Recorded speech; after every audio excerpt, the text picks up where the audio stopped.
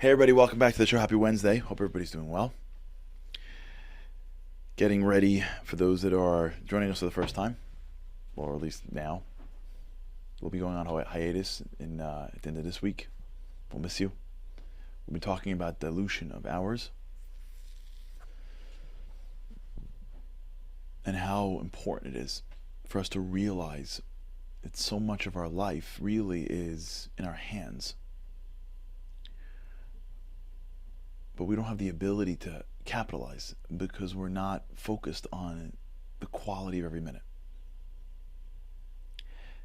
We think we need more when really we just need to be focused more. And we all know this. We all have this. We take things for granted. We waste time in ways that we just can't believe. When we were younger, we were honest. We used to say we're killing time. We get older and we sort of fill up our day with more stuff, but if you really break it down, it's really killing time. You know, I remember Noach would tell a story. Noach Weinberg, of blessed memory, would tell a story of going on a city bus. And imagine going on his bus and you're sitting in the front, you sit down and the guy next to you is sitting by the window and he's throwing out dollar bills, throwing. And you're like, what is he doing? He's staring at the guy. 5 minutes, he chucked out like $50. 10 minutes, another $50. You're like, this is insane. The guy's throwing out dollars, just throwing out dollar bills out the window. After 15 minutes, the guy went through $150. You go up to him and go, what are you doing, man? He's like, what's your business, not your money? Like, yeah, I know, but like, come on. I mean, have a little respect for the money. Like, it's not free. You're just throwing out your dollar bills. Like, don't you want to like save them or something? Imagine if the guy looked at you, he's like, no. We'd all think he's nuts. But that guy could be sitting on a bus, not throwing out dollar bills, just off in space. Minute, just gone. Nothing, like no consciousness, just staring into space. Time, you could always get more money. You can never get more time. So wasting dollar bills, I mean, that hurts. Like I was saying earlier that, New York has this, it's a scam. It's basically just a legal scam where in many neighborhoods, especially when there are these big streets. If you're not from New York, just like you won't believe it, or maybe you will. But if you're from New York, you get this.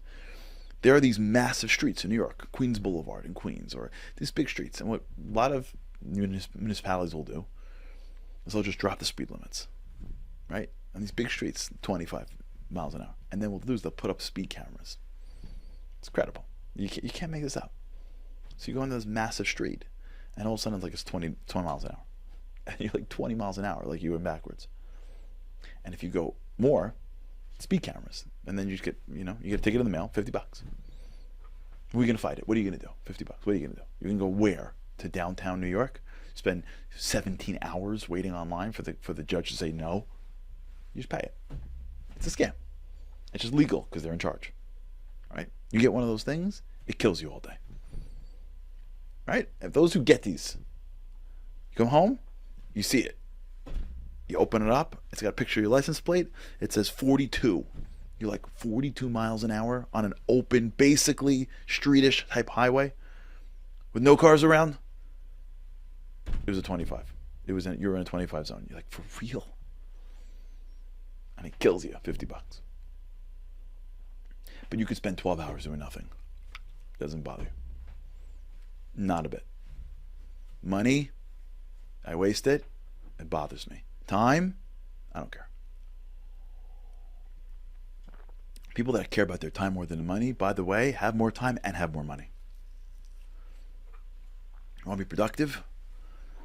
Want a great exercise to do over the summer break? Start looking at your time like your money. Start creating a little bit of an accounting. If you're a lawyer, you've done this your whole life.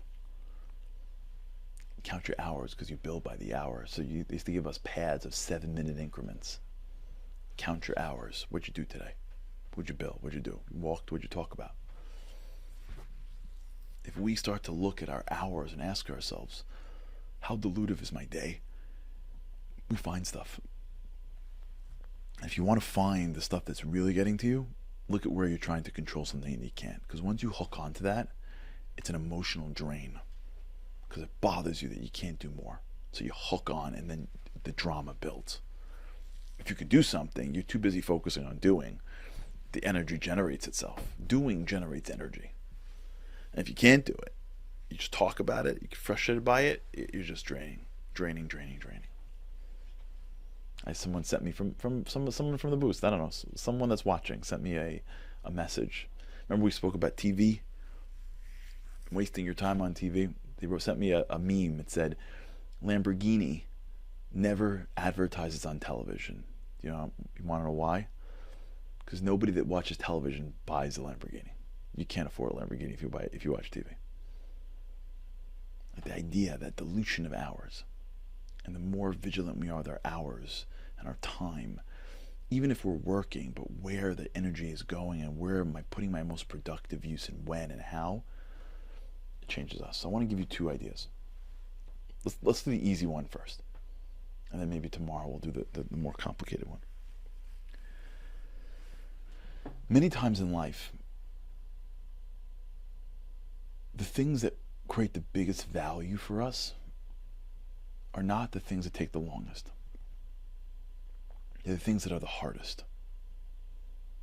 Many times in life, the conversations, the asks, the requests, the ideas, working on the dreams, taking those chances.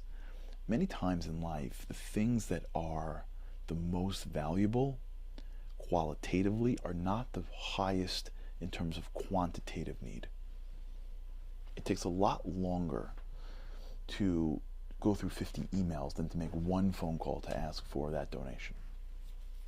It takes a lot longer to have 20 conversations about something than to just pick up the phone or to review the thing or to try, whatever it is. Many times in life, the reason why our hours are diluting is because we're avoiding the things that are really needed. And usually we avoid things that we're not naturally good at. So if you're more passive or more agreeable, you avoid doing things that assert yourself. If you're more confrontational, you avoid doing things that require your humility. If you have a hard time with math, you avoid doing things that have math in it. If you have a hard time with people, you avoid things with people in it. What happens in life is that when you look at your day, when you look at your week, there are a handful of things always that will bring the largest benefit to you. But they're always packaged mostly in the areas that you are the least comfortable in. So asserting control where you can't is a better option. Because you can't, it drains you. Bad. Doing the things that you're okay at or you do, it feels good at the moment, it doesn't take you anywhere. If you want to really understand, in my opinion, why some people have achieved incredible things in their lives, because they're really good at seeing the things that they don't want to do, and they do them right away. Their day begins and ends, but begins with those things that they don't want to do, that are not comfortable for them, that are not natural for them. And even if they're good at things, it's the things that take their good to great, or great to excellence. So when you think about dilution, and you look at it from a perspective of, wait, I got to work 45, 60 minutes to hour. I got to watch about all these energy drains. I got to focus on what I can do, what I can't do. But when I focus on that, what am I doing? The answer is usually in the things that you should but don't want to do. And it's probably more productive to do 3 or 4 things you don't want to do than to do 20 things that you do that'll bring you very little results. All right, think about this. And tomorrow, let's sort of wrap up. All right, everyone have a great day. With God's help, I can't wait to see you again tomorrow. Living on a lifeline, the world doesn't ever seem to change. Looking for the sunshine, but you're caught up in the rain. It's like your eyes are wide open, but you cannot see. You're watching life pass you by like 1, 2, 3. Walking in destruction, the winds of life blur your vision. All the devastation forever feels like like you're on the run, it's time. No one else can set you free, you're locked inside. And only you have got the key.